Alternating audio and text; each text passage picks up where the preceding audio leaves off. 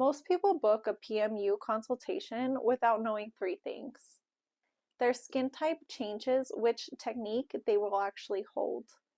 Certain medications change how pigment heals, and the touch-up strategy matters more than the initial appointment. Today, I'm covering it all, because a great PMU result starts long before we even touch the skin. I'm Jenny at Lane Beauty Professional in Cherry Creek, Denver. My approach is safety first and consultation led, focused on results that age well, not just results that only look good for 2 weeks. I'm certified in permanent makeup, manual lightening techniques, as well as laser removal. And what I'm sharing today is what I wish every client would know before they sat in my chair. What PMU actually is and what it isn't. Permanent makeup is pigment implanted superficially into the skin, as well as a bold eyeliner look or even a subtle lash line enhancement. It creates the idea of symmetry, the look of fuller brows, more defined or vibrant lips, even to a soft blush to enhance color, a bold or dramatic eyeliner, to even a subtle lash line enhancement. It's not the same as makeup. It won't stay freshly done forever. Skin is living tissue. Pigment fades, softens, and shifts over time, and that's normal. And it's exactly why technique selection matters. A quick note on semi-permanent. You'll hear that term a lot. Some artists work very superficially, which keeps results soft and minimizes long-term complications. The trade-off is that it can fade faster. There's a sweet spot in the skin that we're always aiming for. Here's the biology most people don't understand. Once a foreign substance is implanted, your body recognizes it as not you. Either your body tries to push it out, or when we hit that sweet spot, your immune and lymphatic system slowly breaks down those particles and digests them over time. I explain it to my clients like little Pac-Man. Your immune system is quietly picking at those particles over a long period of time. As that happens, pigment can soften, settle deeper, or appear to shift under the skin. That's what we call pigment migration. It shouldn't happen with fresh, well-done work, but it can happen over the years. We'll talk about pigment aging later on in this video. The consultation, what I'm actually screening for. A great PMU result starts before we ever touch the skin. A real consultation can get in depth. Certain medical conditions, especially hormonal and heart-related, can directly affect how pigment fades and how your skin is going to respond over time. In a consultation, here's what I'm looking at. Skin type and texture. Oily, dry, mature, sensitive. It helps me to choose the right technique, needle, and the right pressure. Undertone, natural brow or lip color.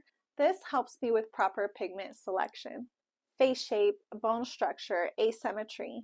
This is going to help me create more balance in the face. Your goals, natural versus defined, soft versus more structured. Your medical history and medications, your lifestyle, sun exposure, your workouts, your skincare actives, and expectations, which matter more than what most people think.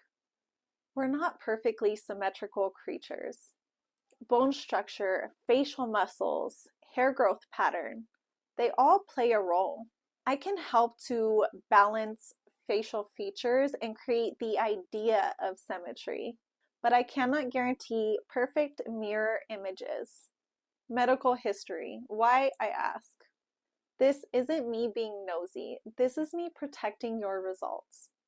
I'm screening for heart and circulation issues, thyroid conditions and medications, hormone replacement therapy, and anything that affects inflammation, bleeding, immune response, or skin turnover. These don't automatically mean that you can't do PMU, but they can mean that we take precautions and we adjust expectations. Fitzpatrick and PMU. Darker Fitzpatrick types, especially 5 and 6, those that we're born with and produce more melanin, can be more prone to post-inflammatory hyperpigmentation, and in some cases, keloid scarring and hypertrophic scars. That doesn't mean that you can't do PMU. It means that we're more conservative, precise, and more intentional. And one thing I want to be direct about, darker skin does not automatically mean that you need darker brows. A lot of my Fitzpatrick 5 and 6 clients actually look incredible in dark blonde and lighter browns. You don't need black brown because your skin is darker. That's not how refined PMU works. There's also a psychology piece that we are screening for that most artists won't tell you. PMU is a long-term decision. Not everybody is the right fit for it for now. In a consultation, I am paying attention to decision-making patterns, unrealistic perfectionism, body dysmorphia, high anxiety around normal healing changes, and picking behaviors like trichotillomania. If somebody has a picking habit and scabbing is present, picking can pull pigment out before it has a chance to settle in the skin. If something doesn't add up medically or emotionally, we pause. My standard is safety first and long-time results, not just filling an appointment. Brows, microblading versus powder versus nano hair strokes versus combo. When people say brows, they're usually talking about one of these techniques, and they all age very differently. What looks crisp on day 1 doesn't always look refined in 5 years. Powder brows, my go-to for longevity and flexibility. Powder brows can be customized a lot. Ombre powder is generally lighter in the front and a little bit deeper through the mid to tail. Soft powder edges, blurred makeup-like finish, more defined structure, a faded top line, faded fronts. Microblading. Proceed with caution. Microblading is manual cuts into the skin where pigment is placed with precision, not a machine. If pigment is placed too deep or your skin doesn't hold those cuts cleanly, those hair strokes can blur or bleed out, create texture, scarring, hair loss, especially after repeated touch-ups. A lot of artists don't even offer microblading anymore. It was a trend, and it can come with serious long-term complications. If someone offers it, be very selective and be very cautious with who is providing that service for you. Nano Brows, machine hair strokes. It's more refined than microblading, and for the right client, it is a great option. But fine lines like hair strokes don't stay fine forever, and that goes for anywhere on the body. Over time, pigment softens, blurs, and settles deeper into the skin. Nano brows can require more maintenance because crisp hair strokes can fade a lot faster on the skin, especially when done too superficially. My preference, slightly softer and more powdery, is what's going to age a little bit better, not super sharp. Combo brows, the middle ground. Nano hair strokes in the front and powder throughout the mid to tail, or really any combination of powder and hair strokes. This is great if you want some hair stroke detail, but still also want the longevity of powder. Technique selection by skin type. This is the part most people don't hear online. Your skin type and texture heavily influence what will heal cleanly, last the longest, or blur out the fastest. For oily skin and larger pores, hair strokes soften and blur out the fastest. Powder is the most predictable for this skin type. Combination skin, customize. Powder where you run oily and softer detail where your skin's drier. Dry skin, healthy and not fragile. This can hold detail beautifully. Nano or combo can work and powder still performs great. Mature skin, thinner or less elastic. Soft powder is best or a very soft nano approach. Very tough skin or sun-damaged texture.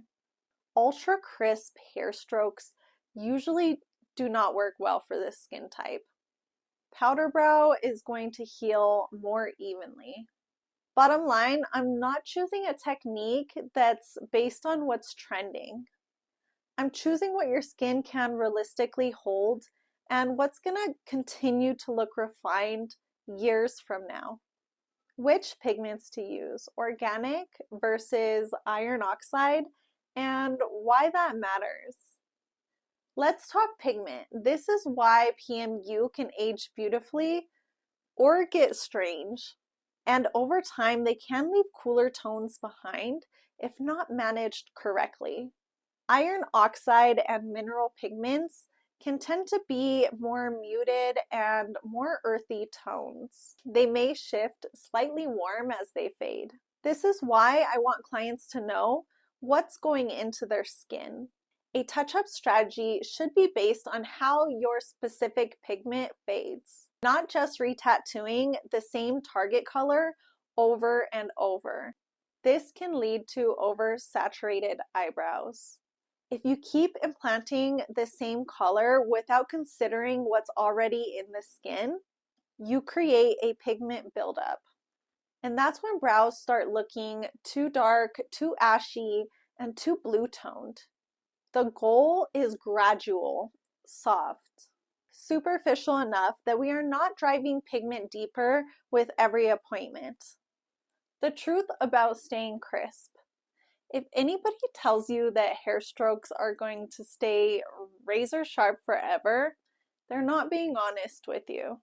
Pigment is a foreign substance in the skin. With time, it moves and it softens. That's normal biology, not a bad result.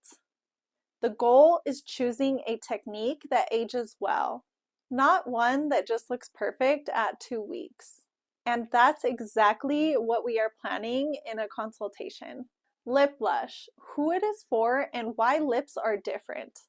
What it does well. More even tone, soft definition, improved symmetry, and can make the lips look slightly fuller by restoring a clean, balanced shape with your natural anatomy.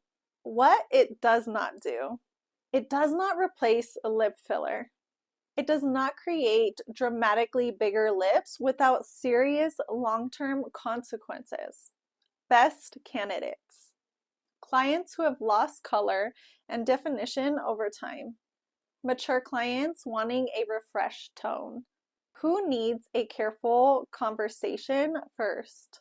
If you're younger and you want lip blush to mainly create bigger lips, then we need to talk. Going outside of the vermilion border can heal unpredictably and create problems that are very hard to fix. In the industry, we call it Kool-Aid lips, and it is extremely hard to correct. And removal on lips can be very difficult because of how pigment molecules, especially titanium dioxide, interact with that particular skin layer.